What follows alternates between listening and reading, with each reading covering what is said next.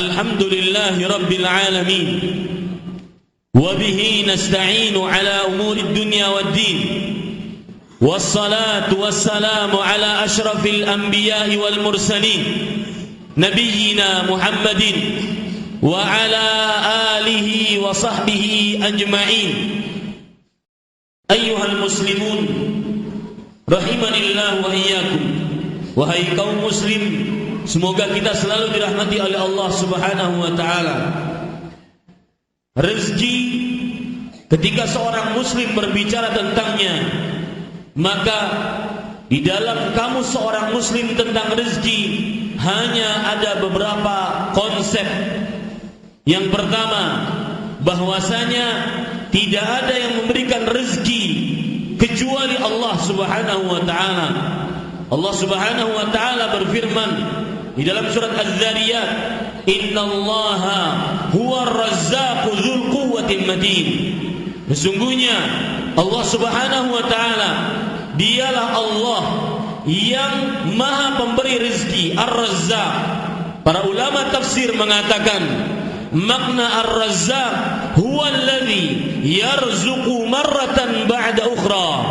Dialah zat yang memberikan rezeki, kemudian memberikan lagi rezeki, kemudian memberikan rezeki tanpa batas, yang mempunyai kekuatan dan yang mempunyai kekuasaan. Allah Subhanahu wa taala berfirman di dalam hadis qudsi, "Ya ibadi, kullukum ja'i'un illa man at'amtuhu fastat'imuni ut'imkum." Wahai hamba-hambaku, kalian adalah orang-orang yang lapar, kecuali orang-orang yang aku berikan makan kepadanya. Maka mintalah makanan kepadaku, pasti aku akan berikan makanan kepadanya. Ya ibadi, kullukum 'arin illa man kasautuhu fastaksuni aksukum. Wahai hamba-hambaku, sesungguhnya kalian adalah orang-orang yang telanjang, kecuali orang-orang yang aku berikan pakaian kepadanya. Maka mintalah pakaian kepadaku, pasti aku akan berikan pakaian kepadanya. Konsep yang kedua bagi seorang muslim dalam perihal rezeki, dia meyakini bahwasanya rezeki Allah Subhanahu wa taala telah ditakdirkan oleh Allah Subhanahu wa taala 50.000 tahun sebelum penciptaan langit dan bumi. Bahkan ketika manusia itu masih di dalam kandungan ibunya, telah ditakdirkan oleh Allah Subhanahu wa taala rezekinya. Allah Subhanahu wa taala, Rasulullah sallallahu alaihi wa alihi wasallam bersabda, "Inna ahadakum yujma'u khalquhu 40 yawman nutfah fi batni ummihi 40 yawman nutfah thumma yakunu 'alaqatan mithla dhalik thumma yakunu mudghatan mithla dhalik thumma yursalu ilayhi al-malak fayanfukhu fihi ar-ruh thumma yu'maru bi 4 kalimat bikatbi rizqihi wa ajalihi wa amalihi saqiyyun aw sya'idun." Sesungguhnya penciptaan salah seorang dari kalian di dalam perut ibunya selama 40 hari adalah kumpulan dari air mani dan sel telur. Kemudian 40 hari selanjutnya menjadi segumpal darah. Kemudian 40 hari selanjutnya menjadi segumpal daging. Kemudian Allah Subhanahu wa taala mengutus seorang malaikat dan diperintahkan untuk meniup ruh pada daging tersebut, dan diperintahkan untuk menulis 4 kalimat, 4 perintah dari Allah Subhanahu wa taala: ajal manusia, rezekinya, amalnya, dan nasibnya. Apakah dia sengsara ataukah beruntung di dunia dan di akhirat. Dengan 2 konsep ini, maka seorang muslim ketika berhadapan dengan permasalahan rezeki, tidaklah dia pernah meminta rezeki kecuali hanya kepada Allah. Kemudian dia tidak akan pernah merasa bahwasanya yang belum dia dapat, dia tidak akan pernah merasa kekurangan, kehilangan, karena dia yakin bahwasanya seluruh rezekinya telah ditakdirkan oleh Allah Subhanahu wa taala. Kalau belum rezekinya, maka tidak akan pernah dia dapatkan. Sebagaimana dalam sebuah hadis, fa inna nafsan lan tamuta hatta yastakmila rizqaha fa ajmilu fit talab. Sesungguhnya seseorang tidak akan pernah mati sampai dia menyempurnakan rezekinya, maka berusahalah dengan baik dalam perihal rezeki. Ayyuhal muslimun rahimanillah wa iyyakum. Wahai kaum muslim yang semoga dirahmati oleh Allah Subhanahu wa taala. Konsep rezeki yang ketiga yang dimiliki oleh seorang muslim ketika dia memandang masalah rezeki adalah bahwasanya yang mulia di sisi Allah Subhanahu wa taala bukan orang yang paling banyak rezekinya.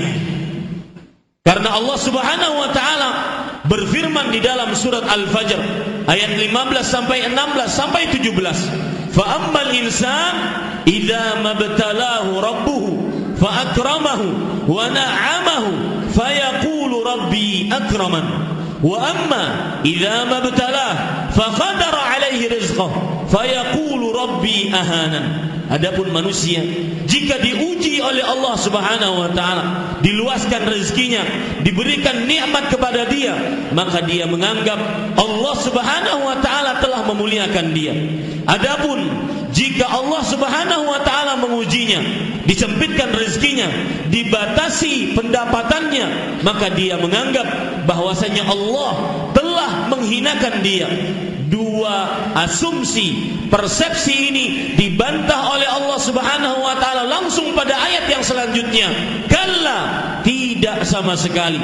Imam Ibnu Katsir menyatakan, Allahu akhbara munakkiran ala man za'ama anna al-ghina huwa dalalatu fadlillahi alaihi. Allah Subhanahu wa taala mengabarkan dengan mengingkari bahwasanya bukan kekayaan adalah sebuah tanda kemuliaan dari Allah Subhanahu wa taala. Akan tetapi kemuliaan dengan ketakwaan Allah Subhanahu wa taala. Inna akramakum indallahi atqakum. Sesungguhnya yang paling mulia di sisi Allah dari kalian adalah yang paling bertakwa kepada Allah Subhanahu wa taala. أقول هذا القول وأستغفر الله لي ولكم من كل ذنب فاستغفروه إنه هو الغفور الرحيم. الحمد لله رب العالمين وبه نستعين على أمور الدنيا والدين والصلاة والسلام على أشرف الأنبياء والمرسلين نبينا محمد وعلى آله وصحبه أجمعين. أيها المسلمون اتقوا الله تعالى في السر والعلن. Wahai kaum muslim, bertakwalah kepada Allah Subhanahu wa taala di dalam keramaian dan di dalam kesunyian. Ittaquhu haqqa taqwa, bertakwalah kepadanya dengan sebenar-benar takwa. Ittaquhu fi amwalikum wa anfusikum wa ahlikum tafuzu wa tas'adu wa tuflihu fi dunya wal akhirah. Bertakwalah kalian kepada Allah di dalam perihal pengurusan diri kalian, pengurusan harta kalian, pengurusan keluarga kalian. Niscaya kalian akan mendapatkan kebahagiaan di dunia dan akhirat. Ayyuhal muslimun, seorang muslim ketika melihat rezeki, maka dia mempunyai konsep yang keempat, bahwasanya dia meyakini Allah Subhanahu wa taala, dan keyakinan ini tanpa ada keraguan sedikit pun, bahwasanya Allah Subhanahu wa taala telah menjamin rezeki bukan hanya untuk dirinya, akan tetapi untuk seluruh makhluknya. Maka dengan keyakinan ini dia tidak akan pernah lepas dari bergantung kepada hanya Allah Subhanahu wa taala. Dia tetap berusaha, akan tetapi dia juga bersandar dengan usaha tersebut kepada Allah Subhanahu wa taala. Allah Subhanahu wa taala berfirman tentang hal ini dalam surat Hud, "Wa ma min dabbatin fil ardi illa 'ala Allahi rizquha wa ya'lamu mustaqarraha wa mustawda'aha kullun fi kitabim mubin." Tidak ada makhluk melata di bumi kecuali Allah Subhanahu wa taala telah menjamin rezekinya. Allah mengetahui di mana makhluk tersebut berada. Allah Subhanahu wa taala mengetahui di mana makhluk tersebut akan menyimpan rezekinya, dan seluruh hal tersebut telah tertulis di dalam kitab Al-Lauhul Mahfuz yang nyata.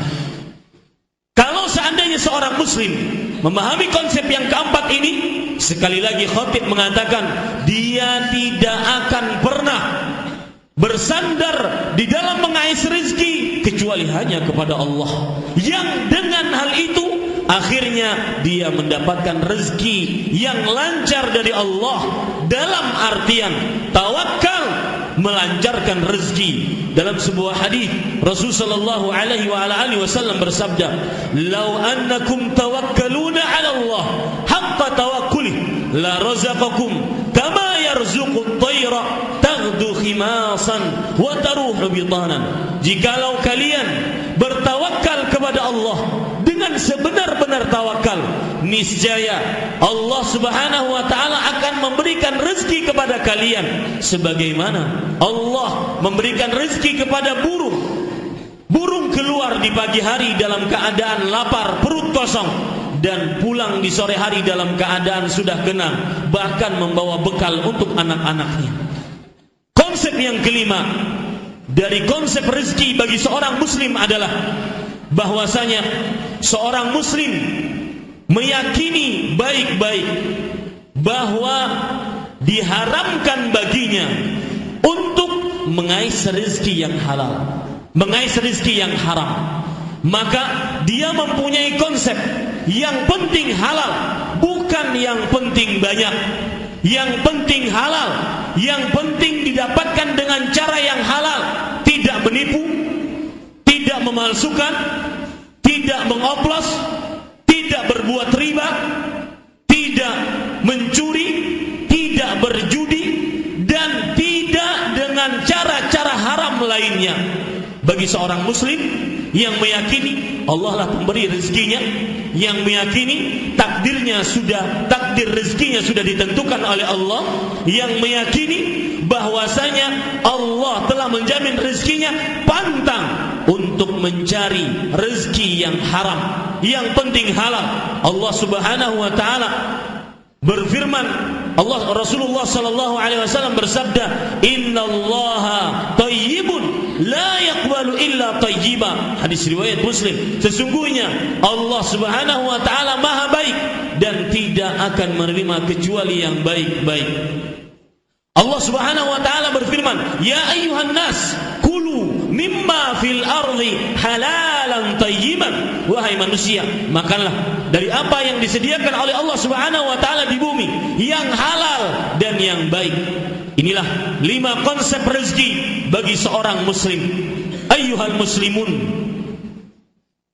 di hari yang mulia, di dalam sepekan hari rayanya orang muslim, yaitu hari Jumat, Rasulullah sallallahu alaihi wasallam memerintahkan kita untuk memperbanyak bersalawat atas beliau.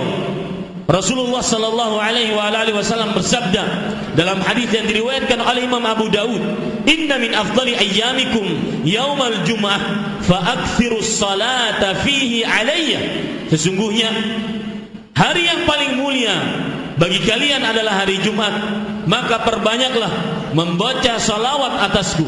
Allahumma salli ala Muhammad wa ala ali Muhammad kama sallaita ala Ibrahim wa ala ali Ibrahim innaka Hamidum Majid, wa barik ala Muhammad wa ala ali Muhammad kama barakta ala Ibrahim wa ala ali Ibrahim innaka Hamidum Majid, wardallahumma anil khulafa'ir rasyidin Abi Bakr wa Umar wa Uthman wa Ali wa anis sahabati wa man tabi'ahum bi ihsan ila yaumiddin. Allahumma ighfir lil muslimin wal muslimat wal mu'minin wal mu'minat al ahya'i minhum wal amwat Allahumma a'izzal Islam wal muslimin wa ahlikil kafarata wal musyrikin a'da'aka a'da'ad din.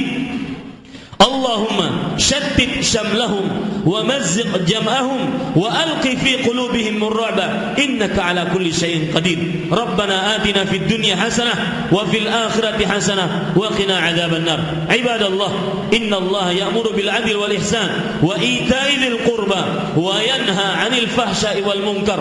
Subhana rabbika rabbil 'izzati amma yasifun wa salamun 'alal mursalin walhamdulillahi rabbil alamin. Aqimus shalah.